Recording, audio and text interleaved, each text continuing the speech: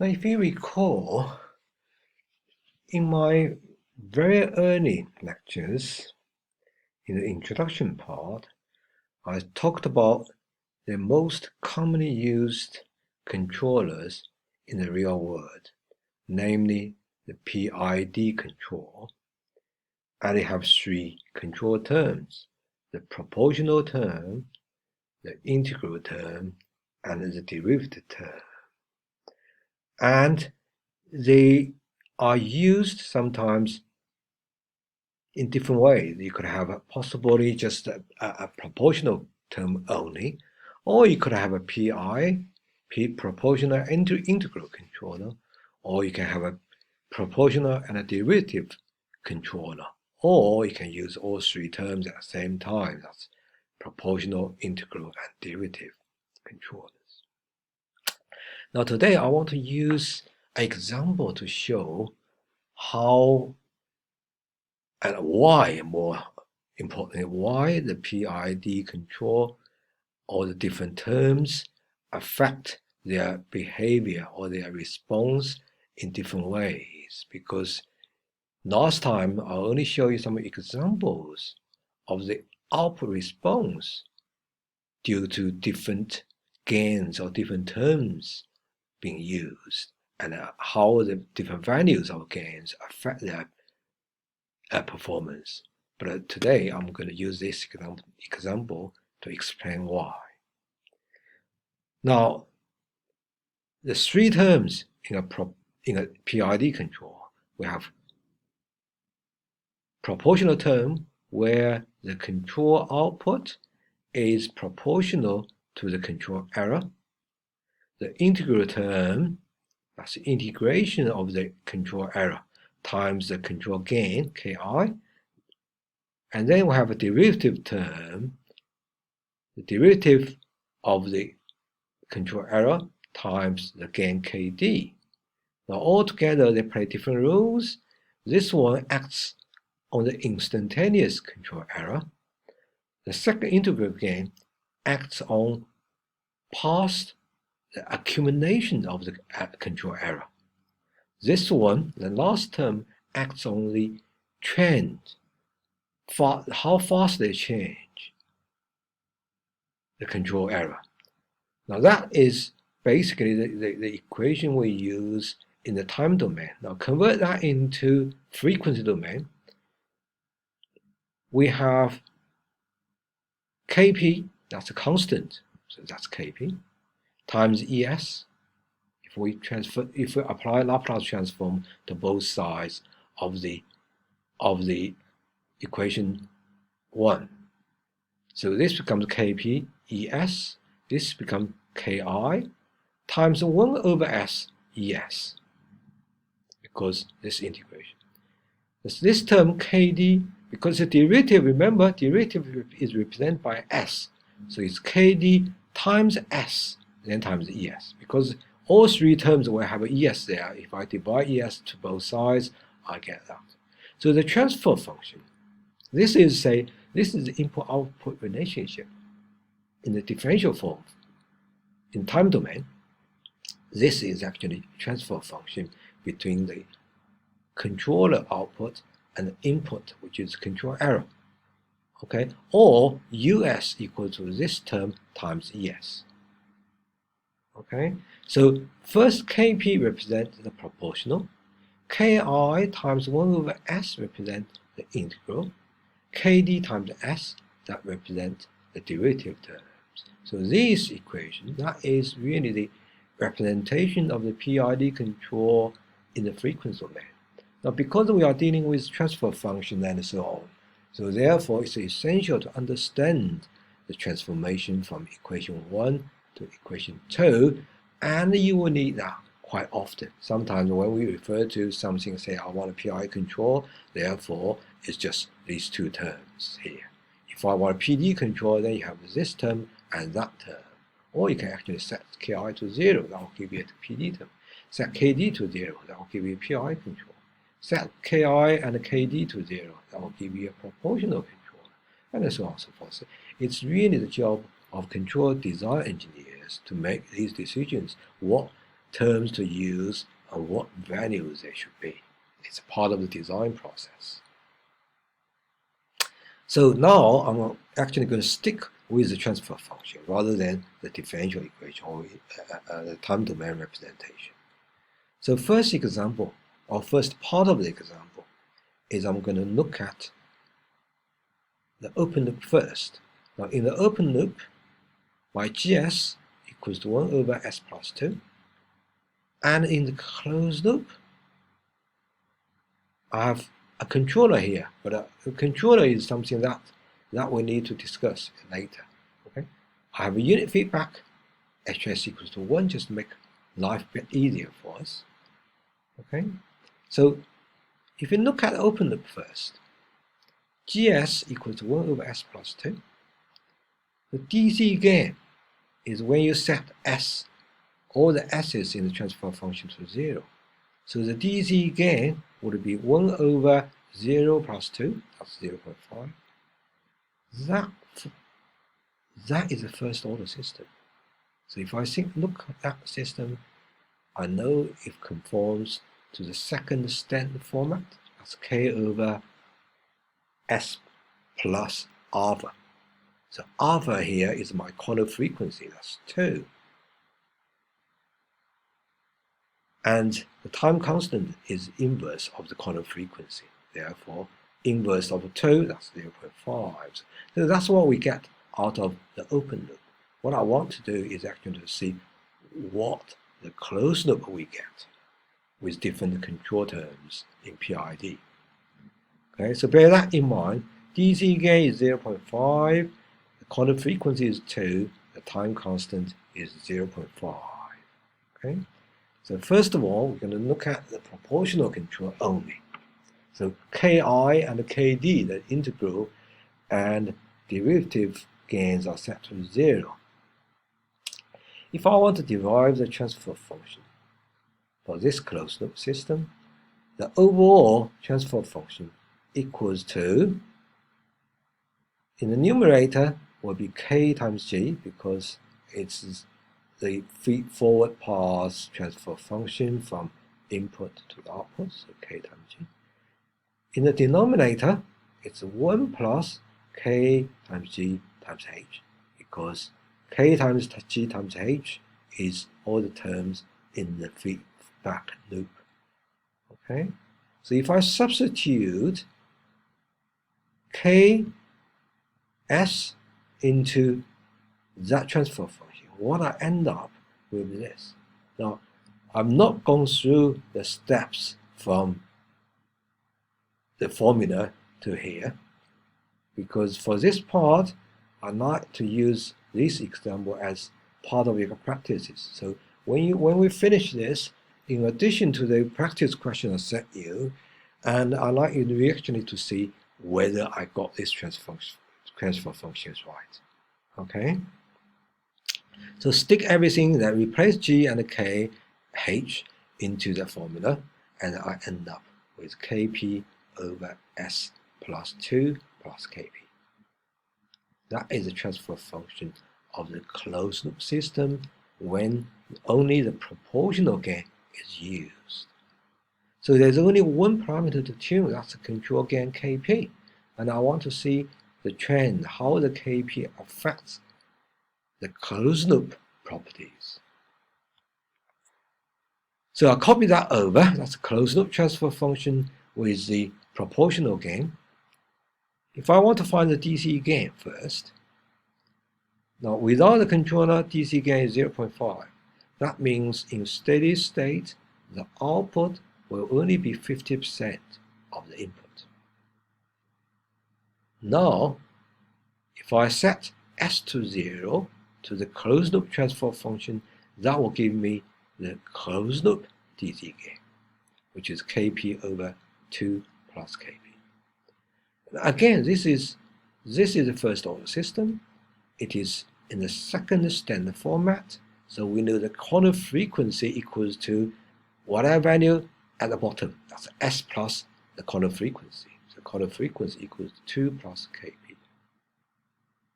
The time constant is the inverse of the corner frequency, therefore it's 1 over 2 plus Kp.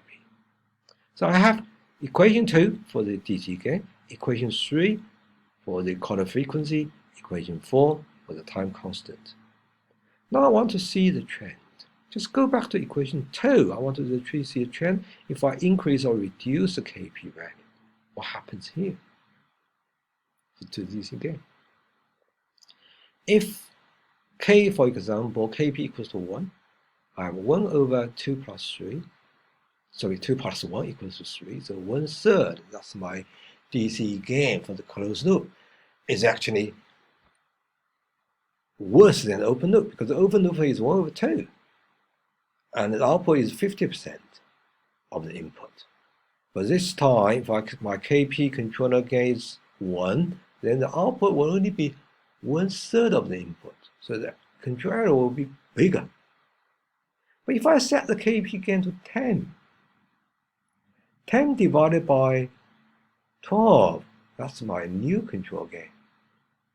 That's 10 to the 12, that's all 5 to the 6. That will be 0.8 something. So my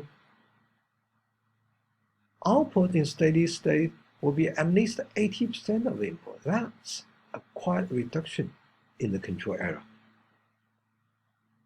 If I set Kp to 100, then you have 100 over 102. Now it's getting close to 1. That means output is very close to input. Increase that even further. Kp equal to 1000. This DC gain becomes 1000 over 1002. It's even closer to 1. So you can actually see the trend is actually the DC gain is moving towards 1. But because the numerator and denominator terms are different, it's a Kp, this is 2 plus Kp. You will never get to 2 at 1. It's approach ever close to getting to 1, but it's not 1. So the proportional gain has this effect of reducing steady state error, but it doesn't have the ability to remove it altogether. Okay? The corner frequency is 2 plus Kp. As we increase that, gain Kp, the corner frequency goes up. The corner frequency goes up, that means the faster response you will have. Okay? It responds faster. By the same argument, time constant is 1 over 2 plus Kp. So as Kp increases, the time constant is reduced or decreased. Time constant reduced, that means the response gets faster and faster. So you can see there, that's the general trend. You see the DC gain getting close to 1. You see corner frequency goes up. You see the time constant goes down as we increase the control gain Kp. To give us less control error in steady state, faster response. That's really what the Kp does. Next, I'm going to add the interval gain to it, okay, to see what effect we will have here. So this time, my Gs equals to 1 over S, that's the same. Hs is 1, that's the same. But now my controller has 2 terms there. That's Kp, it's a gain for the proportional term. Ki is another gain I need to tune for the integral gain. If I derive the closed loop transfer function, that's overall transfer function equals to K times G divided by 1 plus K times G times H. Substitute all terms into that equation, I end up with this transfer function for the closed loop. Again, I'd like you to go through the steps. Just to give you one more practice. Okay, just confirm if I got my closed loop transfer function correct. Okay, I'm fairly confident that I have, but you might find some surprises. So just look at this, now see how these 2 terms, or these 2 control gains affect behavior or the characteristics of the closed loop system. So I'll copy the closed loop transfer function from the previous slide to here. Now, if I want to find the DC gain, I equate all the s's to 0. So on the top, this s equal to 0. This term disappears, so only ki left. At the bottom, this term disappears. Second term also disappears because that s equal to 0. So really I have ki over ki. That's 1. So my DC gain is 1, regardless of what values of kp or ki I choose. It's a fact, the very fact that we have an integral gain there. Okay, because we have an integral gain, and the DC gain is 1. Now, because we have an integral gain, also we have a second. The system is changed from a first order to a second order system. So what I need to do now, first order system, we find the time constant and the quantum frequency, but second order system, we will try to find the natural frequency and damping ratio. So we can see there, this transfer function, if you look at the bottom, the coefficient of s squared is 1.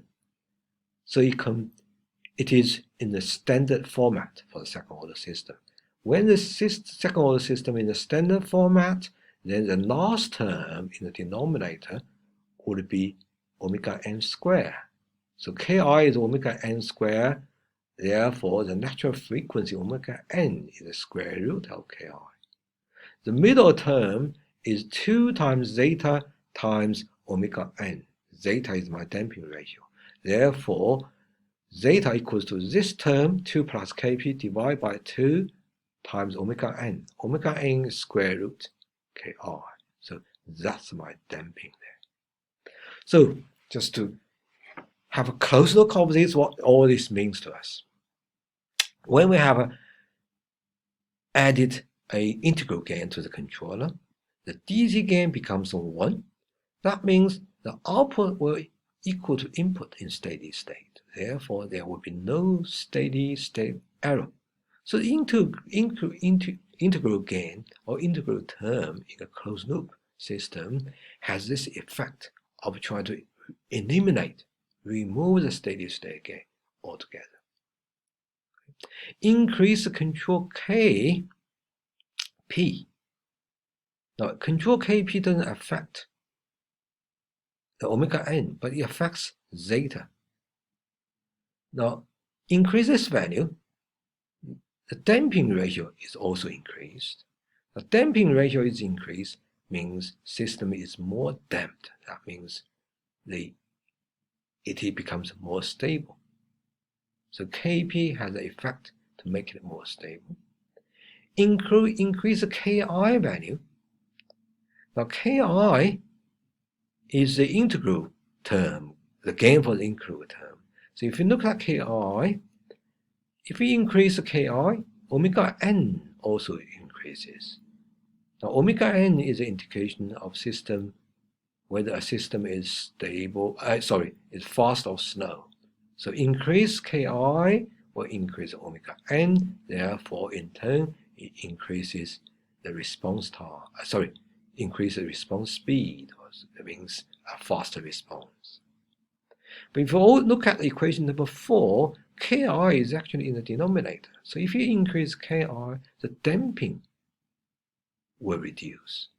Now, when damping goes down, it becomes, the overshoot increases, system becomes less stable. So Ki, high gain for the integral term, have a risk of instability, or at least it reduces stability.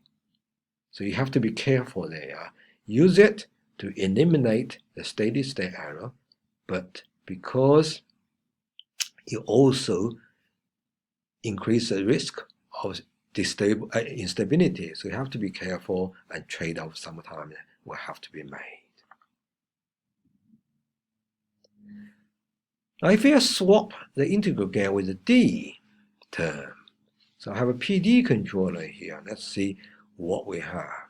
Okay, so this is the transfer function for the PD controller. This is the GS. Again, if we derive the transfer function for the closed loop, in this particular case, what we have end up is this. This is the transfer function for the closed loop when we have proportional and derivative terms. So I want to see the two gains, Kp and Kd, how they affect the system behavior. So I'm copy this down, and if I want to find the DC gain,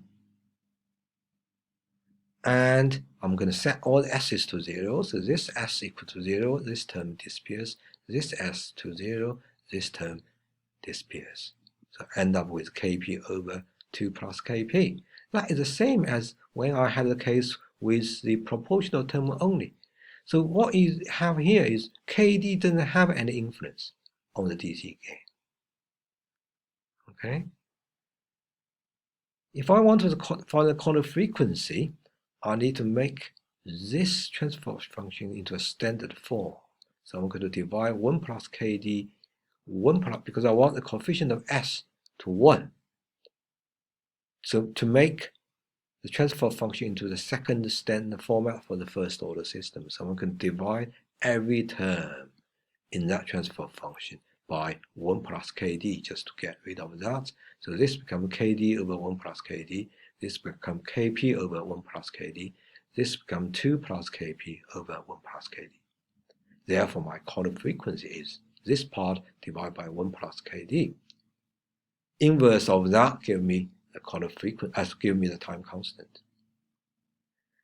Okay, so if we look at these three parameters and how they are affected by Kp and Kd values, we can see the DC gain is not affected by Kd, it's only affected by Kp. Now we've done that analysis in the first part of that example. When Kp is increased, the DC gain is 10 to 1, and the output therefore will be getting closer and closer to the input as you increase the Kp value, but it will never get to there because this can never be 1. Omega C increase Kp increase also has the effect of increase the corner frequency. So you make the system response faster. But if you increase Kd, that will make the system slower because it reduces omega c. Okay, on the top for the time constant, there's 1 plus Kd here. That's missing. Okay, because it's inverse of omega c. I don't know why that's got missing there. And the time constant increases with Kd, decreases with Kp. So increase Kp reduces time constant, makes system faster. Increase Kd, increase the time constant, and the system responds slower. Okay, it's all summarized at the bottom here, but I just want you to see the relationship there. Now, it gets slightly more complex when I introduce all three terms all together. So there's a P term, there's I term, there's G term. This is the transfer function for the PID control. If I use this to derive the closed loop system, I end up with something like that. It gets quite complex, but essentially we have three parameters here. One is the DC gain. Okay, the DC gain is 1. That means output equals to input. It's all because the presence of that integral gain. Okay, integrate there, then we have a DC gain of 1, and we have no steady state control error. Omega n is the natural frequency. Now you can see there, increased integral gain leads to a higher natural frequency, means faster response. But if you increase KD, it has a tendency of reducing the omega n, therefore make the system respond slower. If you look at the damping ratio, increase Kp or increase Kd will make damping higher. That means more stable. But increase Ki at the bottom will make damping smaller and less stable. Okay, so there's a risk there. So as part of my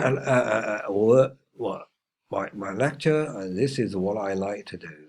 So I changed the plant, the transfer function of the plant, from what I had before into a different one. And I want really to actually go through some of the steps. Do I have another one? No, I don't have another. So to go to the 3 parts of that question to see the effect of the proportional term on the behavior, and also when the proportional integral, the PI control used, how they affect the system response. Okay, I really make life easier for you because I went through 4 different parts. I'm only ask you to do 2 parts of it. Okay, thank you.